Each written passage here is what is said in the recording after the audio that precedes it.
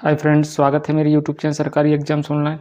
दोस्तों, ये सर्वोच्च न्यायालय का हमारा दूसरा वीडियो है और इससे पहले एक वीडियो सर्वोच्च न्यायालय पे हमने और बनाया है। इससे पहले अगर आपने वो वीडियो नहीं देखा है तो उसको ज़रूर देखें, क्योंकि इन दोनों वीडियो को देखने के बाद और मेरा ये विश्वास है कि आप PCS UP PCS लेवल तक का सर्वोच्च न्यायालय से जो भी क्वेश्चन आएंगे वो इन दो वीडियो से ज़रूर कवर हो जाएंगे।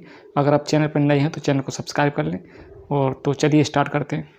तो पहला प्रश्न है, सर्वोच्च न्यायालय में कौन सर्वाधिक समय तक मुख्य न्यायाधीश रहे? सर्वाधिक समय तक मुख्य न्यायाधीश कौन रहे? BY चंद्रचूड़ सर्वाधिक समय तक CGI रहे। और वहीं इसका अपोजिट पूछ ले, सबसे कम समय तक CGI कौन रहे? Chief justice of India. Chief justice of India तो ये कमल नारायण सबसे कम समय तक सुप्रीम कोर्ट के मुख्य न्यायाधीश। वहीं DY चंद्रचूड़ की बात करें तो ये भारत के 50वें मुख्य न्यायाधीश बनेंगे अभी 9 नवंबर को, 50वें मुख्य न्यायाधीश। और फातिमा बीवी तो ये सुप्रीम कोर्ट की पहली महिला न्यायाधीश थी। सुप्रीम कोर्ट की पहली महिला न्यायाधीश। मुख्य न्यायाधीश सुप्रीम कोर्ट में महिला कोई अभी तक नहीं रही है। इतनी बातों को आप ध्यान रखना। आगे देखते हैं। अगला प्रश्न है, निम्न में से किस पद पर कोई महिला नियुक्त नहीं हुई है? तो ये 4 पद दे रखे हैं, बड़े पद हैं। तो मुख्य चुनाव आयुक्त, तो इस पर महिला मुख्य चुनाव आयुक्त महिला रह चुकी हैं। कौन थी ये? BS रमा देवी। इसके बाद प्रधानमंत्री के पद पर तो रह चुकी हैं महिला। कौन? इंदिरा गांधी। लोकसभा अध्यक्ष तो ये मीरा कुमार रह चुकी हैं और एक और थी। उसके बाद भारत के मुख्य न्यायाधीश के पद पर अभी कोई महिला नियुक्त नहीं हुई अभी तक। लेकिन मुख्य न्यायाधीश के अतिरिक्त अन्य न्यायाधीश होते 33, तो उनमें से फातिमा बीवी सुप्रीम कोर्ट में जज बन चुकी हैं, लेकिन मुख्य न्यायाधीश सुप्रीम कोर्ट में महिला अभी तक कोई नहीं हुई है। क्लियर है? आगे देखते हैं। अगला प्रश्न है, मुख्य न्यायाधीश का वरीयता क्रम कौन सा है? 6वां। ये ध्यान रखना है आपको। और यह किसके समान है? तो ध्यान रखना, ये लोकसभा के अध्यक्ष के समान है। किसके समान है? लोकसभा के अध्यक्ष के पद के समान है। 6वां वरीयता क्रम किसका है? मुख्य न्यायाधीश का। तो ये आपको वरीयता क्रम 3-4 ध्यान रखना, इनसे प्रश्न पूछता है। तो पहले नंबर पे कौन होते हैं? राष्ट्रपति। दूसरे पे उपराष्ट्रपति। तीसरे पे PM प्रधानमंत्री। चौथे पे राज्यपाल। और राज्यपाल के बाद फिर पूर्व राष्ट्रपति। उसके बाद 5वें पे पूर्व राष्ट्रपति। और 5A पे तो उप प्रधानमंत्री, ये बाद में जोड़ा गया था 5A। और 6वें क्रम पे पूछे तो लोकसभा अध्यक्ष और मुख्य न्यायाधीश। भाग 5 तो सर्वोच्च न्यायालय का वर्णन किस भाग में है? तो भाग 5 में। कहाँ से कहाँ तक? तो 124 अनुच्छेद से 147 तक। उसके बाद जनहित याचिका, तो ध्यान रखना, जनहित याचिका को प्रारंभ करने वाले मुख्य न्यायाधीश PN भगवती। और ये कब से प्रारंभ हुई है? तो 1986 से। किसी भी सार्वजनिक मामले पर हम जनहित याचिका डाल सकते हैं। जैसे अभी मोरबी में एक इंसिडेंट हुई है पुल टूटने की, तो वहाँ पे भी एक बात चल रही है कि उस पर जनहित याचिका डाली जाएगी। तदर्थ न्यायाधीश, जो न्यायालय में 33 जज होते हैं, उनकी मान लिया कोई एक छुट्टी पर चले जाए या कोई बीमार पड़ जाए तो उनकी जगह पे काम करने के लिए किसी दूसरे न्यायाधीश को बुलाया जाता है। हाई कोर्ट से जो अपग्रेड किए जाते हैं, उठाए जाते हैं वहाँ से सुप्रीम कोर्ट के लिए, तो उन्हें तदर्थ न्यायाधीश बोलते हैं। और ये तदर्थ न्यायाधीश किस अनुच्छेद में? तो 127। आगे देखते हैं। संविधान के संरक्षक तथा व्याख्याकार कौन है?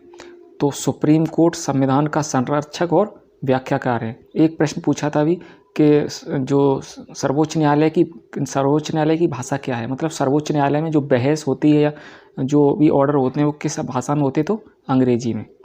कामकाज की भाषा कौन सी है? तो अंग्रेजी। ध्यान रखना है इसको। और न्यायिक पुनरावलोकन, तो ये अनुच्छेद 137 के तहत है। हमने पीछे वीडियो में भी पढ़ा था ये। मोहम्मद हिदायतुल्लाह, तो ध्यान रखना, ये पहले तथा एकमात्र मुख्य न्यायाधीश थे जो राष्ट्रपति बने। जो कौन बने? राष्ट्रपति। क्लियर है? आगे देखते हैं। अगला प्रश्न है, राष्ट्रीय मानवाधिकार आयोग 1993 का अधिनियम है। पहले तो ये ध्यान रखना, राष्ट्रीय मानवाधिकार आयोग किस अधिनियम के तहत गठित किया गया? तो 1993 के अधिनियम। और इसका अध्यक्ष कौन हो सकता है? तो ध्यान रखना, सेवानिवृत्त मुख्य न्यायाधीश राष्ट्रीय मानवाधिकार आयोग के अध्यक्ष हो सकते हैं। वहीं हम बात करें कि सुप्रीम कोर्ट में जज बनने के लिए क्या योग्यता होनी चाहिए? योग्यता तो ध्यान रखना, या तो वो हाई कोर्ट में 5 साल जज रहा हो, केवल ये हो तब भी चल जाएगा। अगर जज नहीं है तो 10 साल वकील रहा हो हाई कोर्ट में। या ये भी नहीं है और उसके पास ये भी योग्यता नहीं है, तो राष्ट्रपति की नज़र में वह कानून का अच्छा जानकार हो, तब भी राष्ट्रपति उसको सुप्रीम कोर्ट में न्यायाधीश बना सकते हैं। 33 वाले, ठीक है, 33+1 ये वाले, ये तो कॉलेजियम से सिफारिश से, फिर भी ये इनको भी राष्ट्रपति ही नियुक्त करते हैं। आगे देखते हैं, सर्वोच्च न्यायालय को कौन सा क्षेत्र अधिकार प्राप्त नहीं है। तो सर्वोच्च न्यायालय के 3 अधिकार को ध्यान रखना। एक तो प्रारंभिक अधिकार, जिसमें क्या क्या आता है, तो राष्ट्रपति और उपराष्ट्रपति से चुनाव से संबंधित कोई विवाद हो तो राष्ट्रपति सर्वोच्च न्यायालय के प्रारंभिक अधिकार में जाता है, या केंद्र और किसी राज्य के मध्य विवाद हो तो सर्वोच्च न्यायालय के प्रारंभिक अधिकार में जाता है।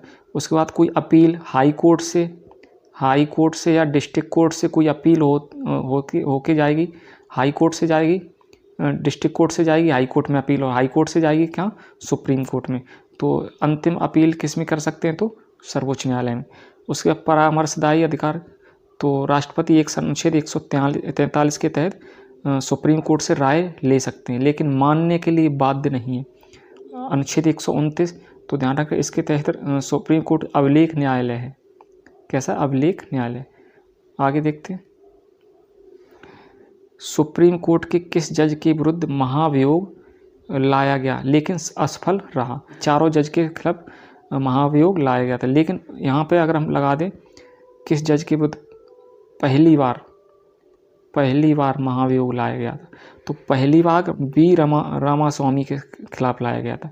और ये कहाँ के, तो सुप्रीम कोर्ट के जज थे। किस सन में आया था, 1991। सौमित्र सेन, तो ये कलकत्ता हाई कोर्ट के जज थे, इनके खिलाफ भी लाया गया था, लेकिन किसी के खिलाफ पारित नहीं हुआ है। JB पादरीवाला, तो ये गुजरात हाई कोर्ट के जज थे, इनके खिलाफ भी लाया गया था, ये भी अनसक्सेसफुल रहा। दीपक मिश्रा, तो ये मुख्य न्यायाधीश थे, तो इनके खिलाफ भी लाया गया था, लेकिन वो सफल नहीं रहा। दोस्तों 2 वीडियो में हमने सुप्रीम कोर्ट को कंप्लीट कवर किया है। अगर आप चैनल पर नए हैं तो चैनल को सब्सक्राइब कर लें इसी तरह के वीडियो देखने के लिए। और क्वेश्चनों को हमें थोड़ा डीपली पढ़ना होता है, इस वजह से हम क्वेश्चन को ऐसे सेट करते हैं कि कोई क्वेश्चन हमारा छूटे नहीं। आप किसी भी बुक से, अब 2 वीडियो देखने के बाद किसी भी बुक को उठा के देखिए और आपके लगभग 80% क्वेश्चन कवर होंगे। तो यही वीडियो था, अगर आपको पसंद आया तो लाइक शेयर और सब्सक्राइब कर दें। जय हिंद।